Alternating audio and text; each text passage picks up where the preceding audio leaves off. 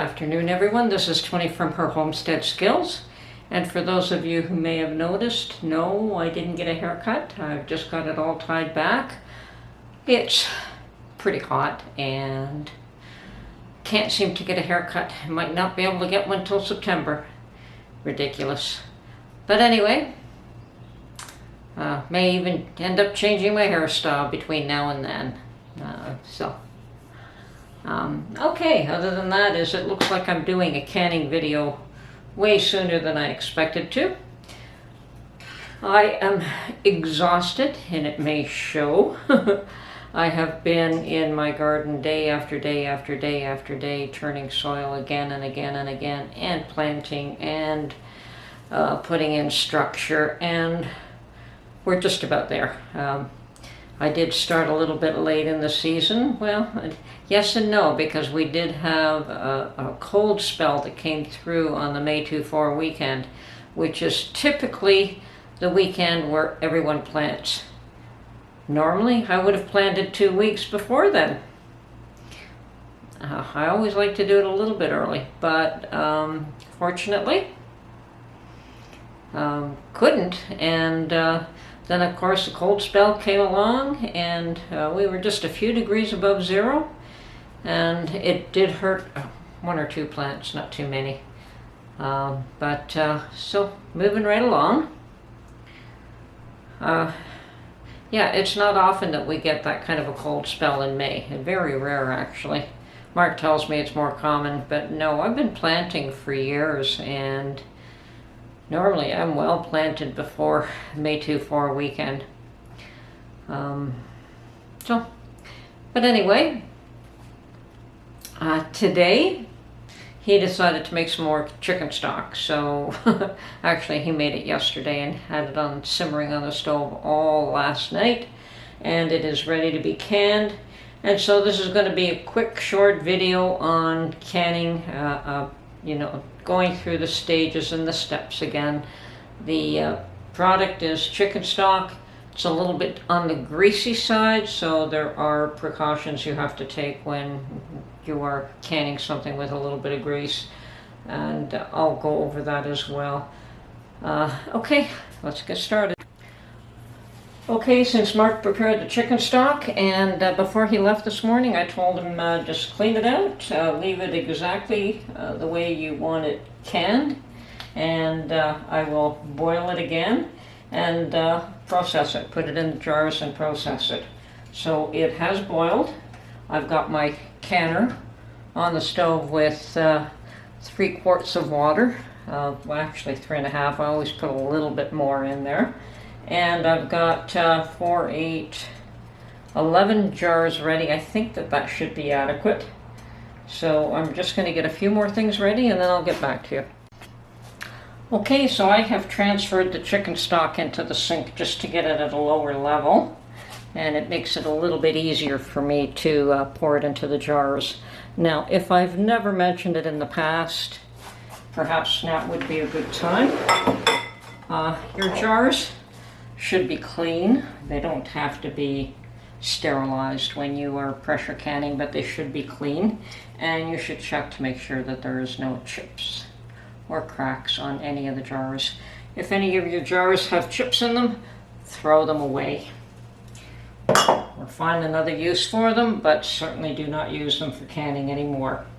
Okay, I have also prepared lids in hot water. You don't have to boil them anymore. Once upon a time you used to boil them for a couple of minutes, but I just soak them in hot water right now, and that's adequate. You want to prepare some vinegar in a paper towel or a cloth. Now, I don't really care what kind of vinegar you use. I use this happens to be pickling vinegar.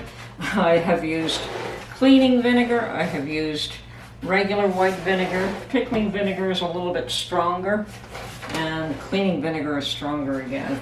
But vinegar is vinegar. So that's our preparation. I have also some rings ready, and my handy dandy little magnetic holder. So I think we're all ready here. The stock has been warmed up. The canner is getting warmed up on the stove, and we're ready to pour. So I'm just going to stir up the chicken stock, even off everything in it. Now Mark makes his chicken stock a little bit different than I do, but whatever, it's his concoction. I'm just canning it up for him. So here we go. And yes, it is very hot. I did boil it again.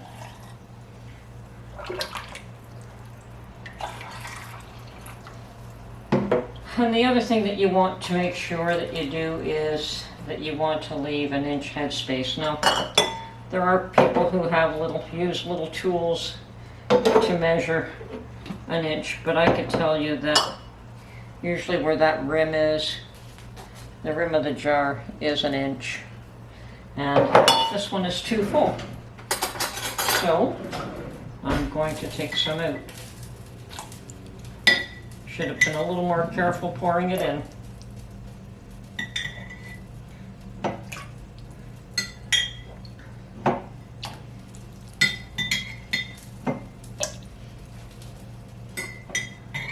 Okay, and I'd say that's about ready now.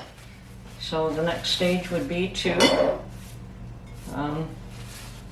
especially because chicken is greasy, you want to make sure that this rim, and this is hot, you want to make sure that the rim is totally cleaned off, especially when you have a situation like I did where you're pouring some of the chicken stock back out. So totally clean with the vinegar and a paper towel. And then we take one of our lids and seal this jar. Now my canner is, yeah, I think it's hot enough now. So you want to have the canner and this liquid pretty much at the same temperature or very close to it, so you don't lose a jar in the process because of differences in temperature. So this can go directly in the canner, and we can continue along. Now normally I prefer to do each step totally before I go to the next one. Some people like to do one jar at a time. That's just not my preference. And it's all the same, it all works.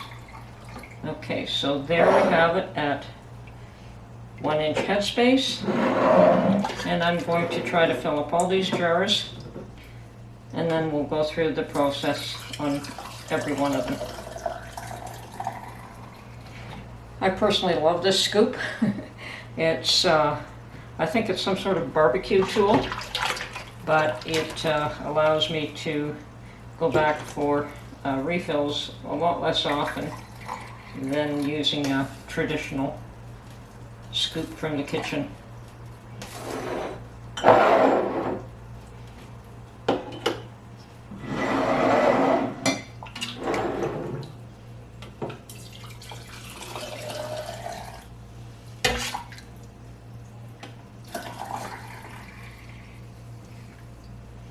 Oh, just another drop. Okay, that'll do it. And as I said, I've been doing this for so long I don't measure, but if you're uncomfortable, there is a tool that you can purchase that gives you the correct measurement. The 1 inch mark or half an inch mark or whatever it is that you're canning at the temperature you need to can at, or sorry, at the level that you need to fill the jars at. Oh. Hopefully I've got enough jars ready.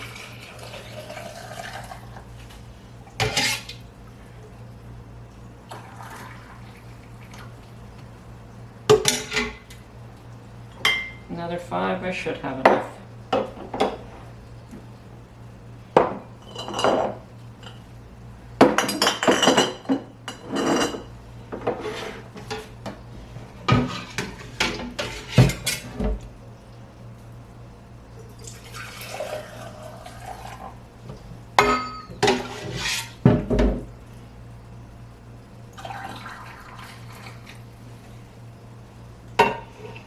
Unfortunately, I seem to be spilling a bit of it as well, but not that much.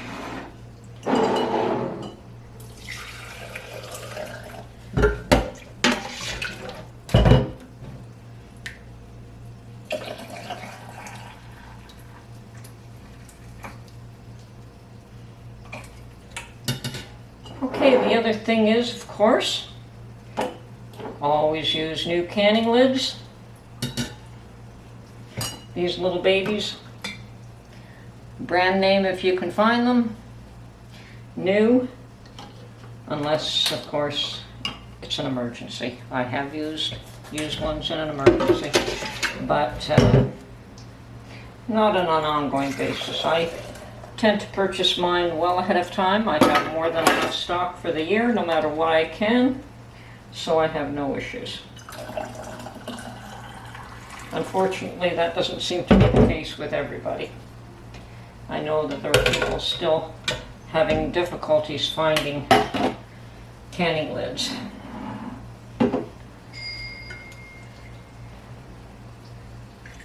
And yes, I have done a video on reusing canning lids, and there are people who object to that concept, and there are others that do it all the time themselves. So really, as I say, it's not an approved thing to do.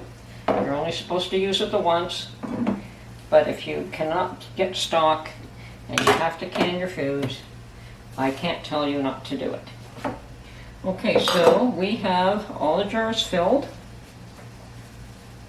and now definitely very important to clean the rims of these because of the chicken grease. And I'm cleaning these probably more so than I would anything else, like double.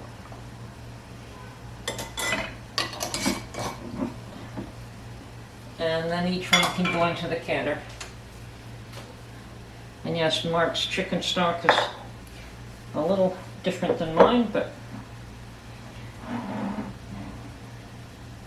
I didn't make it, and he's doing the cooking these days, so his choice.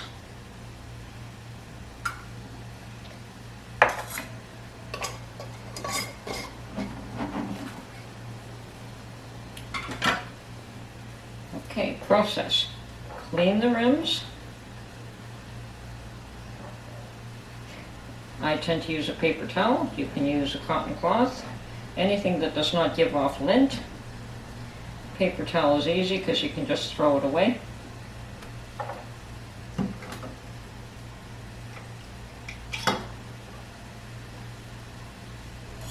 Lid and ring.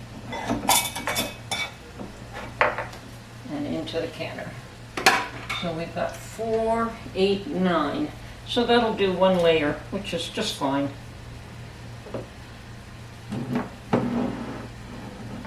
Now, if you have to go for a second layer, you put another rack to separate the jars.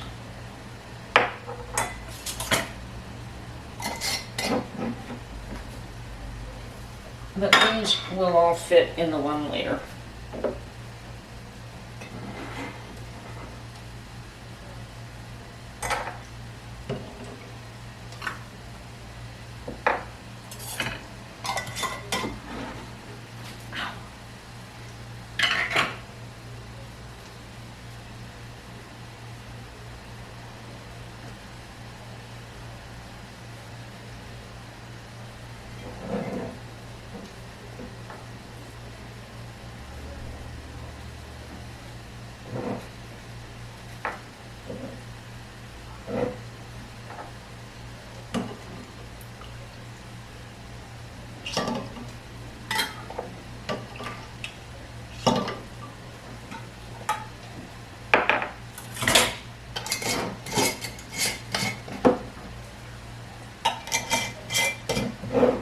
And finger tight.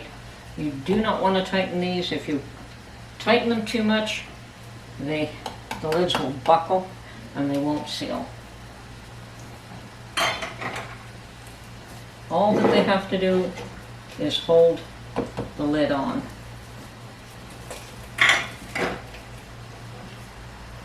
Okay, last one.